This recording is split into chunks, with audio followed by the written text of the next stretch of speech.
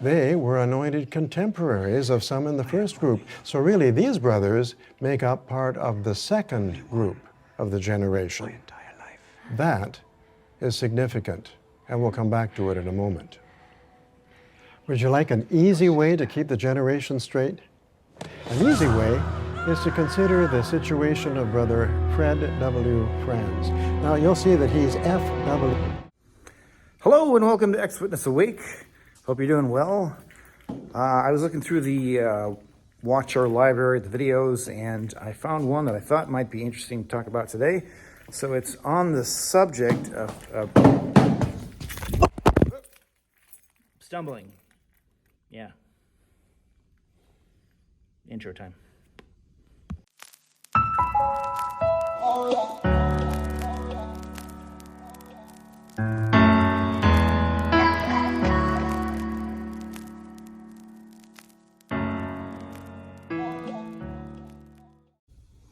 So, stumbling. Whether you are a Jehovah's Witness or of a different denomination, you're probably familiar with the concept of stumbling your Christian brother or sister. It's something we would hear a lot about in talks and magazines, articles, about not stumbling other people. But I watched this video, this is of Stephen Lett in 2015, talking about stumbling. And I realized that a lot of the things that he was saying really do apply to themselves rather than who he's talking to. So as I did the last time, I'm going to play the video, and then as my thoughts come to me, I'm gonna edit my commentary into it. So really is the easiest way for me to do that right now. And actually it's kind of fun to edit these things. So so let's check out what old Stephen Lett has to say about stumbling. Now, this word picture of someone being stumbled is quite vivid, isn't it? We've all seen someone stumbled. In fact, we've all stumbled ourselves at times. And there are varying degrees of consequences. For example, a person can stumble, quickly recover, and continue almost uneventfully down the path. Or a person can stumble, fall, break a bone. Eventually they recover, but only after extensive therapy. Then again, a person can stumble, fall, hit his head, never recover, becoming a casualty. Well, it seems to me that Stephen Lett and the gang are like the kings of hypocrisy and very much know what it takes to stumble somebody. That is an effect of some of the things that they say, some of the things that they teach, is it stumbles people. You know, you go and you are an active Jehovah's Witness and you're just sort of puttering along, or maybe you're really gung-ho about it, but then a certain thing comes out, a certain thing is said, and it just doesn't sit right with you, and it may spark some questions. So it might be something minor, and as he's talking about here, you recover quickly, and you just sort of, your cognitive dissonance kicks in, and you're just sort of like, no big deal, I guess. But then again, you might find yourself falling right out of the truth, because it's too serious, it's too major to overlook, and you just can't let that go. So sometimes their actions, their speech, it will stumble people right out of the truth. And they're talking about, the rank and file not stumbling somebody. Well, they're in charge, so the things that they say carry weight with Jehovah's Witnesses, and they should really choose their words and their teachings wisely, I guess. Well, the situation is similar when one is stumbled spiritually. He can recover quickly, maybe recover over time, or he may never recover, becoming a spiritual casualty. So we can not know the ultimate outcome for someone who has stumbled, so no wonder we're cautioned to be very careful to never be any cause for stumbling. Open up to Matthew chapter 18, and here's an especially powerful scripture in this regard. Matthew 18, verse 6, Jesus says, "But whoever stumbles one of these little ones who have faith in me, it would be better for him to have hung around his neck a millstone that is turned by a donkey and to be sunk in the open sea." Well, with graphic language, Jesus describes how that if we cause someone to become a spiritual casualty, we could actually bring eternal doom upon ourselves. So if you're a follower of the Bible and Jesus' teachings, then you would say that it's a pretty serious thing, as Stephen Lett mentioned, to stumble these little ones that believe in Jesus. And I guess they need to watch out, because there's been a lot of people who have left. They leave on a regular basis because of the actions and the thoughts and the, everything that goes along with being in that organization. They go. So watch out, Stephen Lett. You're going to pay. Jesus going to get you. But now here's a question. What could we do to cause someone to stumble? Well, interestingly, there are several similarities between causing someone to stumble physically and causing someone to stumble spiritually. Let us discuss three. Now, one, pushing someone could cause them to stumble, especially if they're on uneven terrain, if you think about it. And this is true physically, spiritually. But think about Jehovah for a moment. He could push any of us, couldn't he? He could force us to serve him. He certainly has the power, but he never uses it that way. Instead, he invites, he encourages, and he explains the blessings, the curses, depending upon how we decide. But it's up to us, isn't it? So I have to admit, this is one of the things that kind of bugged me about the Old Testament. Is there plenty of times when nations were told, you need to serve, you need to surrender and serve Jehovah, and if you don't, we're going to wipe you out. That doesn't feel like much of a choice. Destruction or slavery, take your pick. Just saying. And the same goes for being part of the organization. You have the choice to leave, but you're going to lose everything. So pick being a clone, being a zombie, another robot, or losing everything. Take your pick. Not a great choice.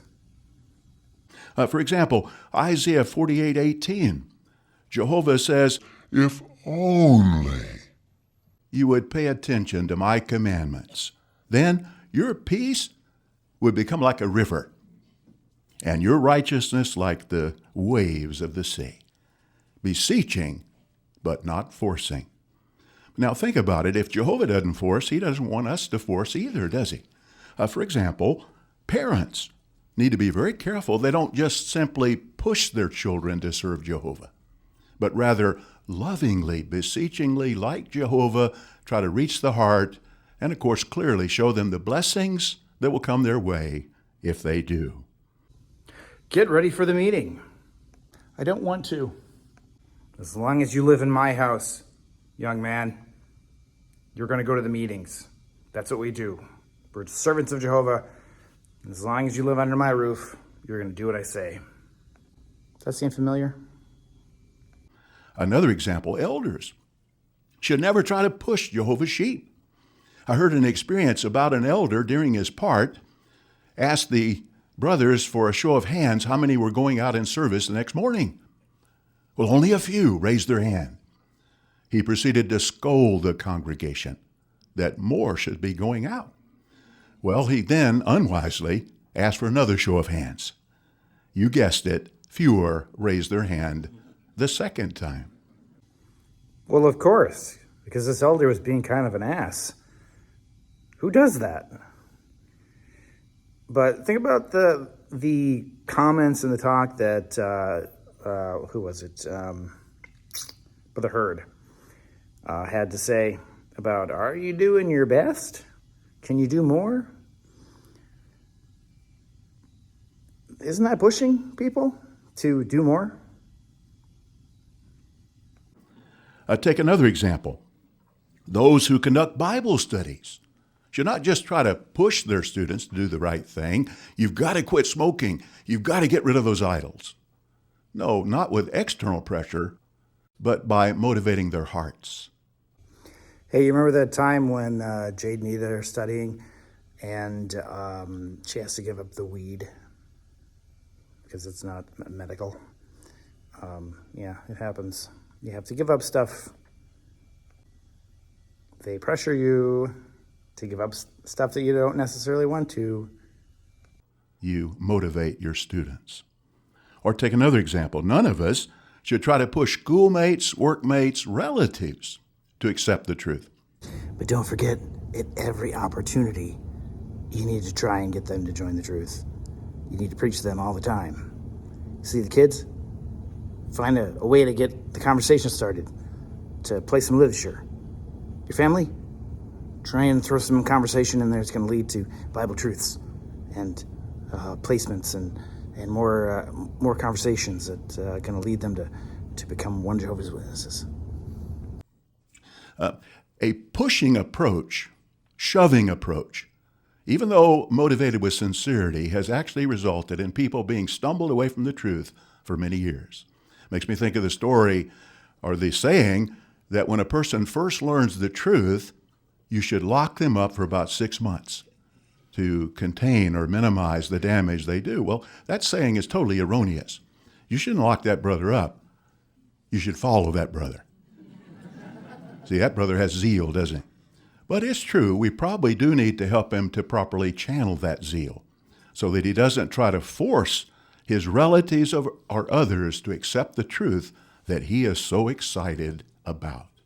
But now, what is the second thing we can do to cause someone to stumble? Placing an obstacle in their path. Now, again, this is true physically or spiritually. And if you think about it, whether we put that stumbling block there intentionally or unintentionally, the results is the same, isn't it? As mentioned in today's Watchtower comments, wholesome speech and upright conduct can help us to avoid ever being a cause for stumbling. In contrast, unwholesome speech, unclean conduct can easily stumble one's inside or outside the congregation. Oh, I got one.